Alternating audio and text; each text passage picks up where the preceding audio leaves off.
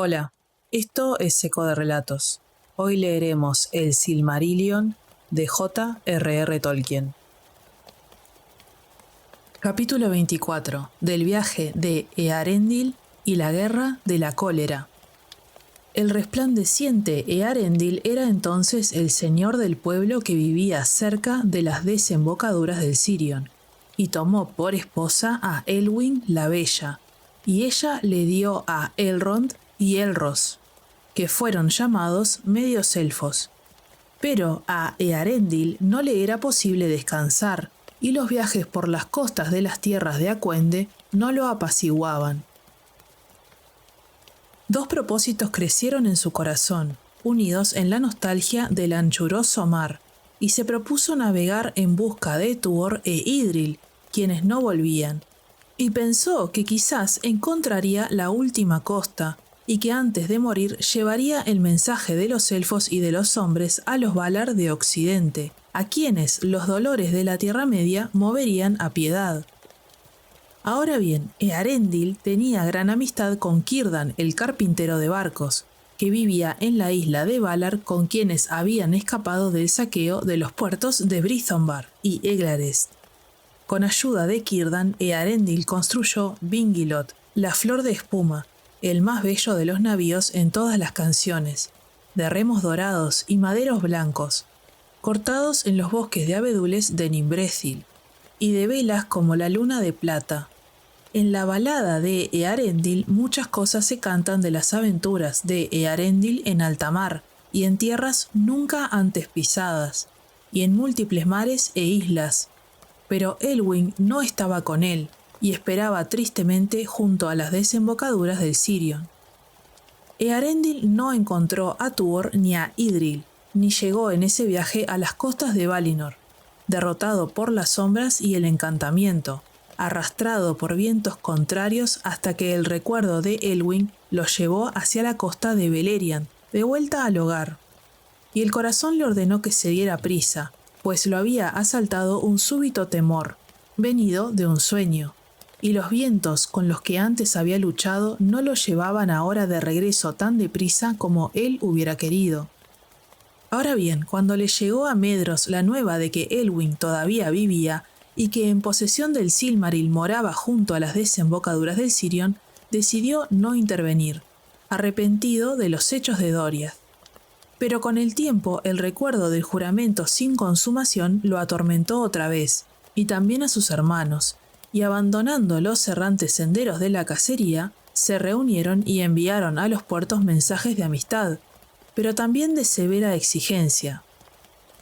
Entonces Elwing y el pueblo del Sirion no quisieron ceder la joya que Beren había ganado, y que Lúthien había llevado consigo, y por la que Dior el Hermoso había sido muerto, y menos todavía mientras el señor Eärendil estaba de viaje por el mar, porque les parecía que la curación y la bendición descendidas sobre casas y barcos les venían del Silmaril.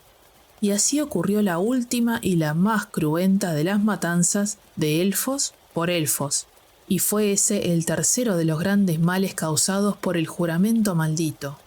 Porque los hijos de Fëanor que todavía vivían atacaron de improviso a los exiliados de Gondolin y a los restos de Doriath, y los aniquilaron. Durante esa batalla hubo gente de los dos pueblos que se mantuvo aparte, y unos pocos se rebelaron y fueron muertos por ayudar a Elwing contra sus propios señores. Tan grandes eran el dolor y la confusión que había en el corazón de los Eldar en aquellos días. Pero Medros y Maglor ganaron entonces, aunque solo ellos quedaron de los hijos de Fëanor, pues tanto Amrod como Amras fueron muertos. Demasiado tarde acudieron los barcos de Círdan y Gil-galad, el rey supremo, en ayuda de los elfos del Sirion, y Elwing había desaparecido, y también sus hijos. Entonces los pocos del pueblo que no habían perecido en el ataque se unieron a Gil-galad, y fueron con él a Valar, y dijeron que Elros y Elrond habían sido hechos prisioneros, pero que Elwing se había arrojado al mar con el Silmaril al pecho. Así fue que Medros y Maglor no obtuvieron la joya, pero ésta no se había perdido. porque Ulmo sacó a Elwing de las aguas y le dio la forma de una gran ave blanca, y en su pecho brillaba el Silmaril como una estrella. Y ella flotó sobre las ondas en busca de Earendil, su bien amado. Una noche, mientras Earendil estaba al timón de la nave, la vio venir hacia él como una nube blanca, muy veloz bajo la luna, como una estrella sobre el mar que se moviera en un curso extraño, una pálida llama en alas de la tormenta. Y se canta ahora que cayó ella del aire sobre los maderos de Vingilot, en una suerte de desmayo, no lejos de la muerte por la urgencia del apremio que la había impulsado. Y Earendil la acogió en su regazo, pero por la mañana, con ojos maravillados, contempló junto a él a su esposa, que recobraba la forma de antes, y cubría con sus cabellos el rostro de Earendil, y ella dormía. Grande fue el dolor de Earendil y Elwing por la ruina de los puertos del Sirion y el cautiverio de sus hijos, y temían que les dieran muerte, pero no ocurrió así, porque Maglor tuvo piedad de Elros y Elrond, y los estimó, y el amor creció luego entre ellos, aunque pocos lo hubieran imaginado antes. Pero Maglor tenía el corazón enfermo y cansado por la carga del terrible juramento. Pero Earendil no veía ahora ninguna esperanza en la Tierra Media, y no sabiendo otra vez qué hacer, no regresó a su casa, sino que trató de ir de nuevo hacia Valinor, junto con Elwing. Se pasaba las horas de pie erguido en la proa de Vingilot, y sujeto en la frente llevaba el Silmaril, y la luz de la joya se iba haciendo cada vez más intensa a medida que avanzaban hacia occidente.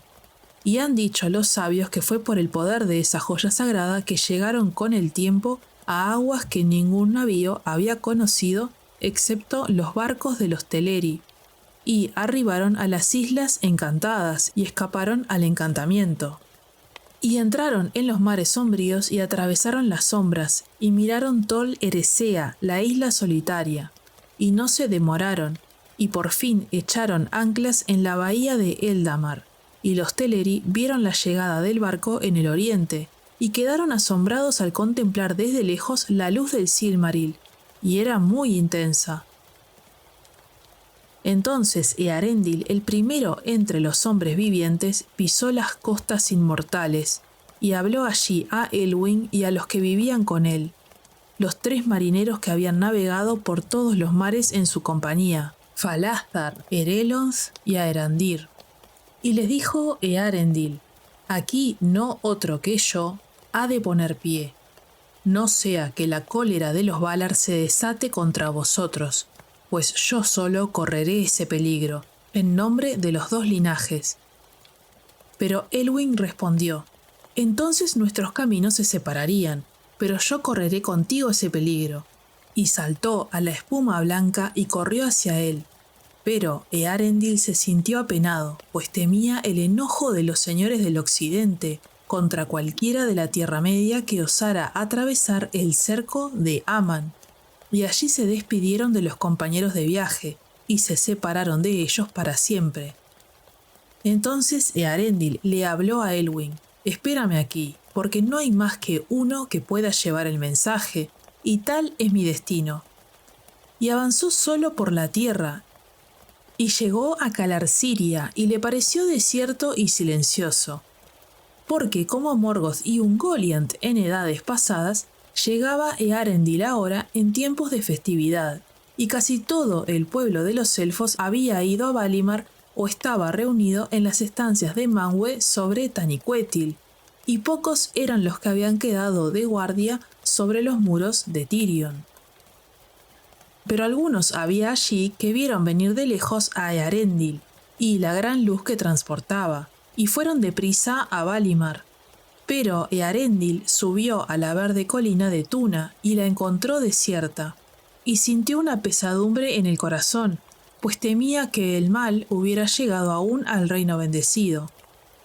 Anduvo por los caminos desiertos de Tirion, y el polvo que se le posaba sobre los vestidos y zapatos era un polvo de diamantes, y él brillaba y resplandecía mientras subía por la larga escalinata blanca. y llamó en alta voz en muchas lenguas, tanto élficas como humanas, pero no había nadie que le respondiese.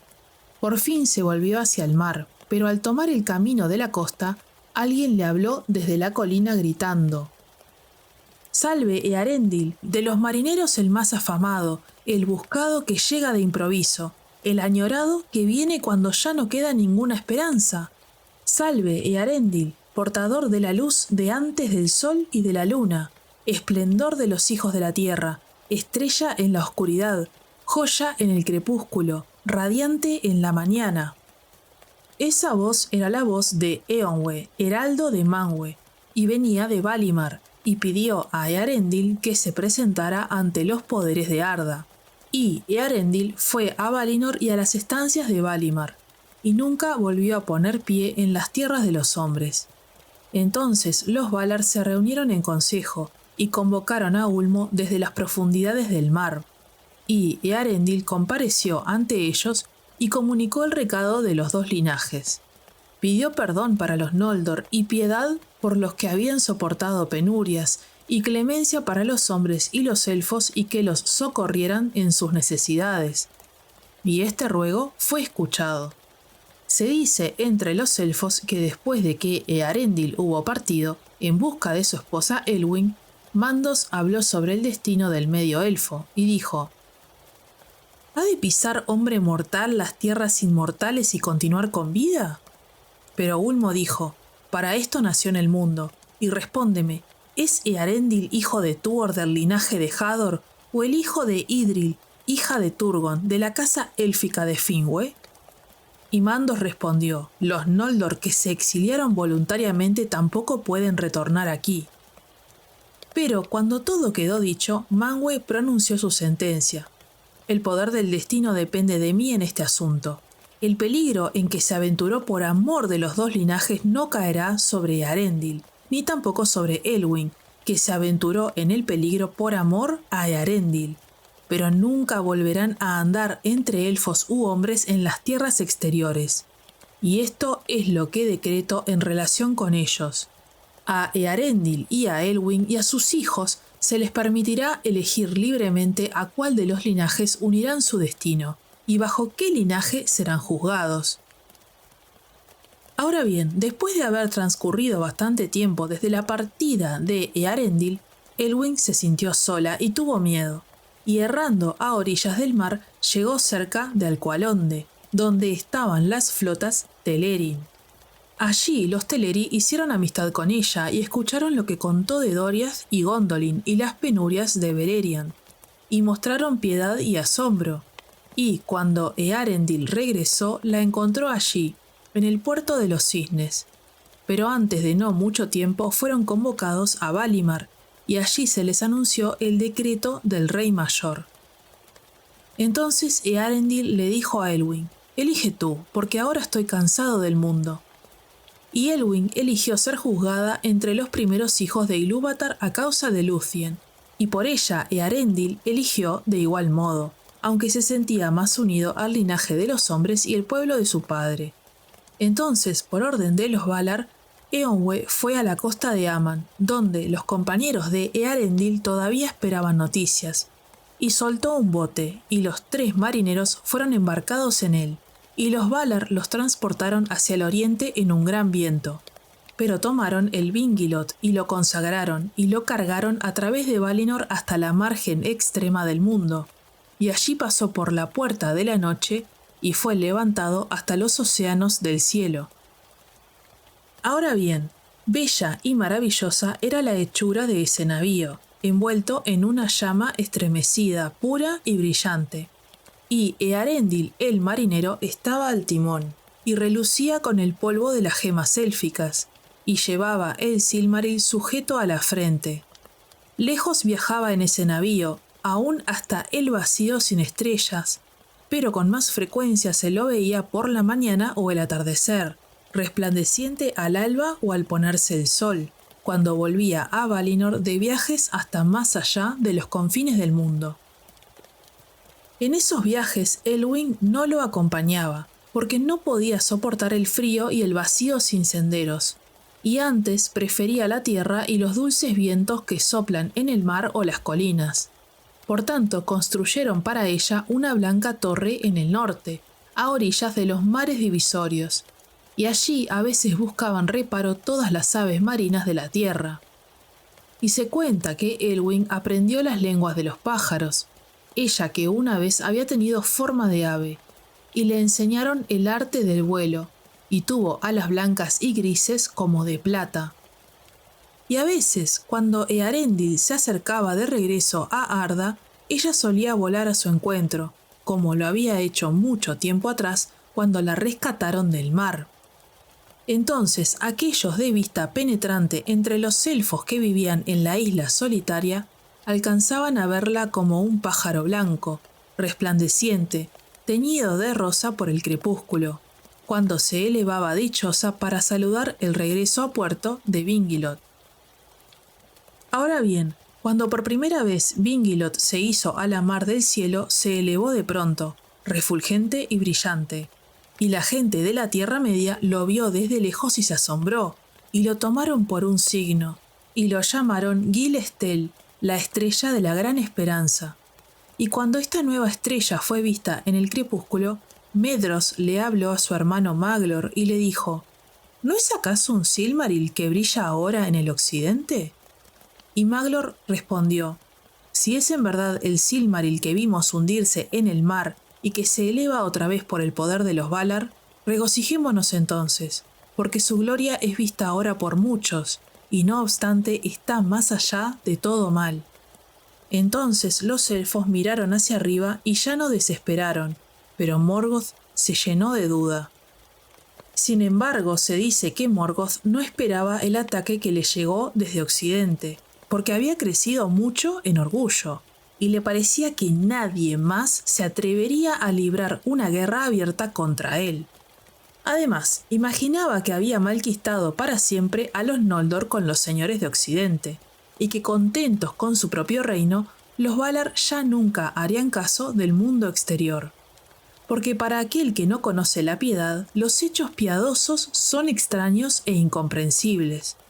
Pero el ejército de los Valar se preparaba para la batalla, y tras sus estandartes blancos marchaban los Vanyar, el pueblo de Ingwe, y aquellos de los Noldor que nunca habían abandonado Valinor y cuyo conductor era Finarfin, el hijo de Finwë. Pocos de entre los Teleri estaban dispuestos a ir a la guerra, porque recordaban la matanza en el puerto de los Cisnes y la captura de los navíos. Pero escucharon a Elwing, que era la hija de Dior el Ugil, y del linaje de ellos, y enviaron marineros para las naves que transportaban el ejército de Valinor por el mar hacia el este. No obstante, permanecieron a bordo, y ninguno de ellos puso pie en las tierras de Acuende. De la marcha del ejército de los Valar hacia el norte de la Tierra Media, poco se dice en historia alguna, porque entre ellos no iba ninguno de los elfos que habían vivido y sufrido en las tierras de Acuende, y que compusieron las historias de aquel tiempo que aún se conocen, y solo se enteraron de esos hechos mucho después, por sus hermanos de Aman. Pero al fin el poder de Valinor apareció en el occidente, y las trompetas de Eonwë clamaron desafiantes en el cielo. Y Beleriand se encendió con la gloria de las armas, pues el ejército de los Valar se componía de figuras jóvenes y hermosas y terribles, y las montañas resonaban bajo sus pies. El encuentro de los ejércitos del occidente y del norte se llamó la Gran Batalla y la Guerra de la Cólera. Allí se concentró todo el poder del trono de Morgoth, que había crecido sin medida, de modo que Anfaulith no podía ya contenerlo, y todo el norte ardía con la guerra. Pero de nada le valió. Los Balrogs fueron destruidos, salvo unos pocos que huyeron y se escondieron en cuevas inaccesibles en las raíces de la tierra, y las incontables legiones de los orcos perecieron como paja en un incendio, o fueron barridas como hojas marchitas delante de un viento ardiente.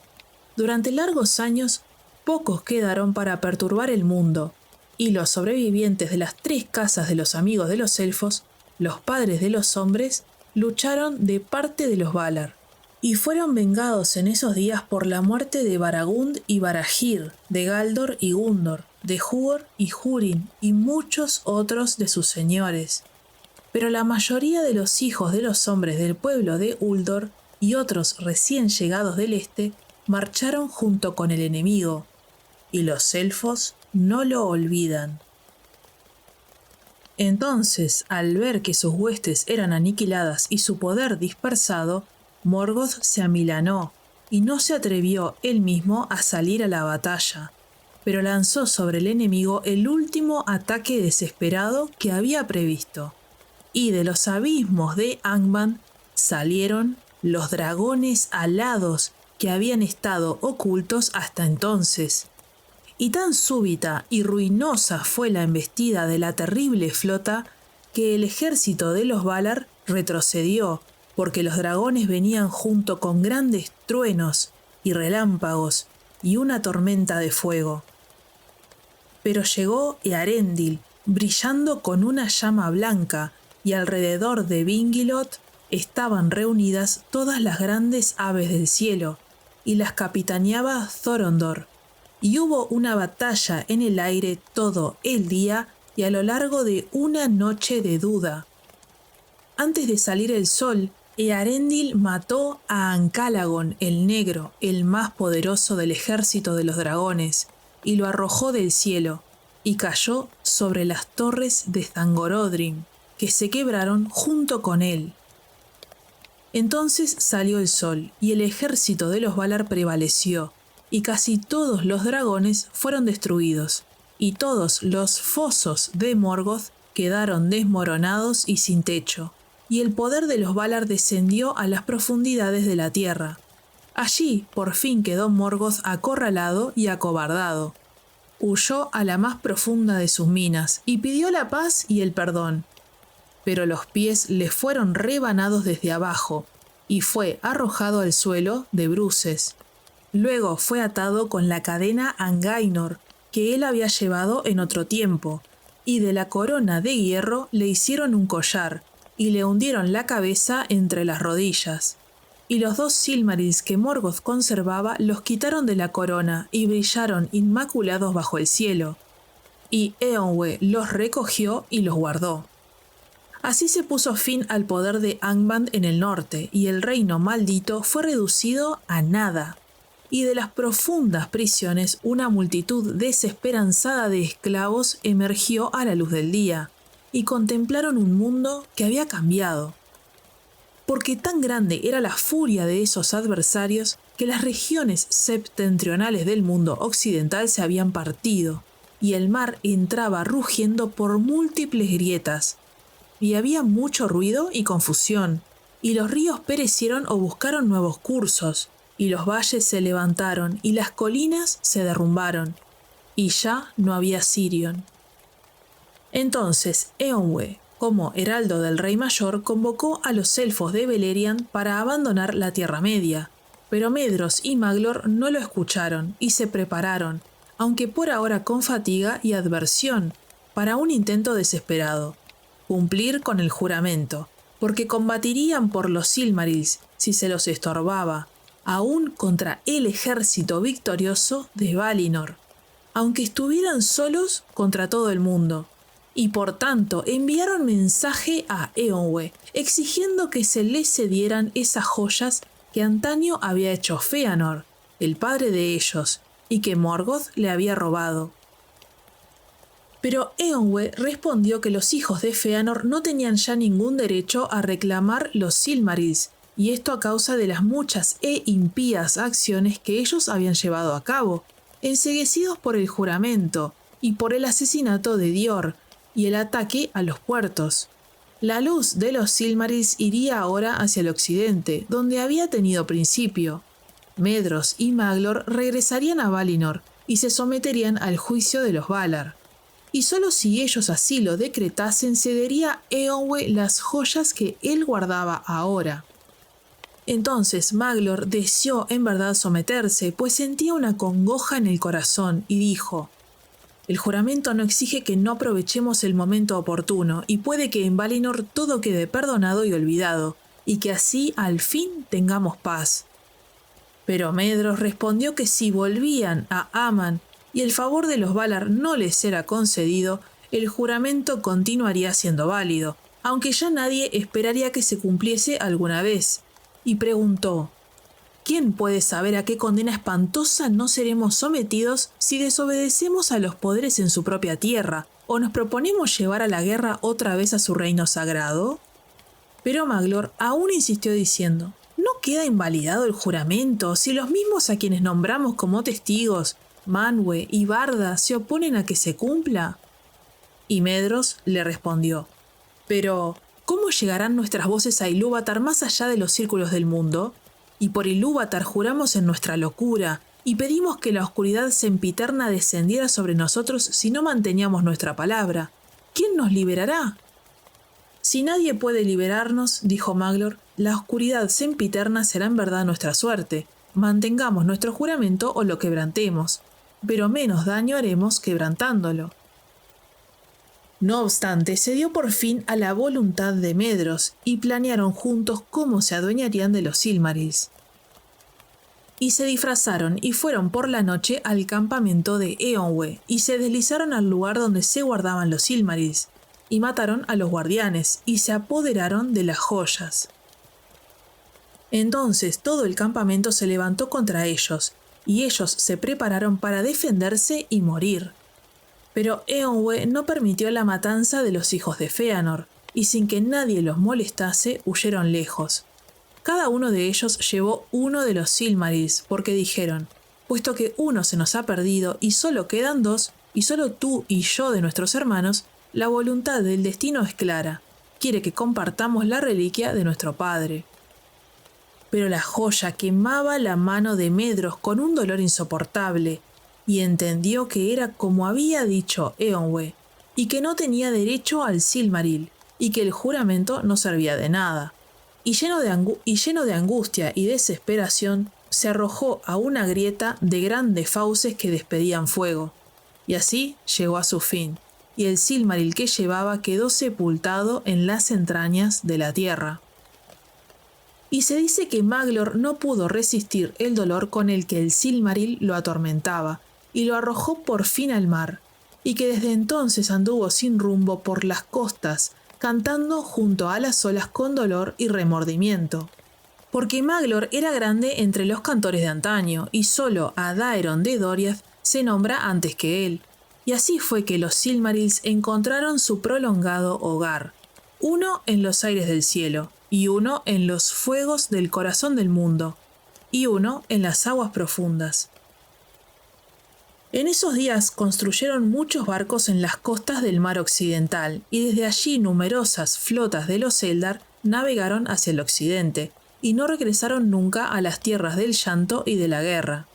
Y los Vanyar volvieron bajo los blancos estandartes, y fueron llevados en triunfo a Valinor. Pero el regocijo de la victoria estaba disminuido, pues volvían sin los Silmarils de la corona de Morgoth, y sabían que esas joyas ya nunca podrían encontrarse y reunirse de nuevo, a no ser que el mundo se rompiera y se rehiciera. Y cuando llegaron al oeste, los elfos de Beleriand vivían en Tol Eressëa, la isla solitaria, que mira al oeste y al este, desde donde podrían llegar aún a Valinor. Fueron admitidos nuevamente en el amor de Manwë y en el perdón de los Valar, y los Teleri olvidaron la antigua aflicción, y la maldición descansó un tiempo. No obstante, no todos los Eldalie estaban dispuestos a abandonar las tierras de Acuende, donde habían sufrido mucho y habían vivido mucho tiempo, y algunos permanecieron durante muchas edades en la Tierra Media.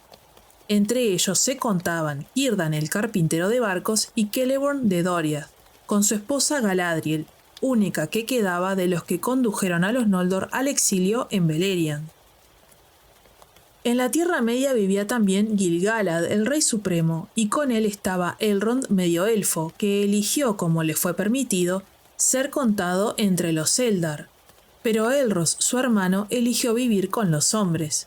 Y de estos hermanos solamente ha llegado a los hombres la sangre de los primeros nacidos, y una traza de los espíritus divinos que fueron antes de Arda. porque eran los hijos de Elwing, hija de Dior, hijo de Lúthien, hija de Thingol y Melian, y Earendil, su padre, era hijo de Idril Celebrindal, hija de Turgon de Gondolin. Pero a Morgoth los Valar lo arrojaron por la puerta de la noche, más allá de los muros del mundo, al vacío intemporal.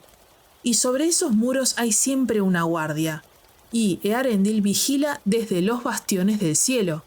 No obstante, las mentiras que Melkor el Poderoso y Maldito, Morgoth Bauglir, el poder del terror y del odio, sembró en el corazón de los elfos y de los hombres, son una semilla que no muere y no puede destruirse, y de vez en cuando germina de nuevo y dará negro fruto aún hasta los últimos días. Aquí concluye el Silmarillion. Si ha pasado desde la altura y la belleza a la oscuridad y la ruina, ese era desde hace mucho el destino de Arda Maculada.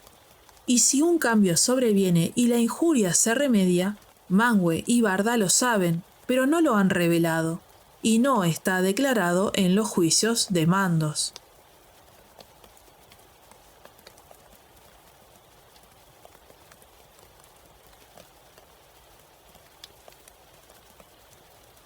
Hasta acá llegamos con el episodio de hoy. No olvides darle like, suscribirte y activar la campanita para que no te pierdas los próximos episodios.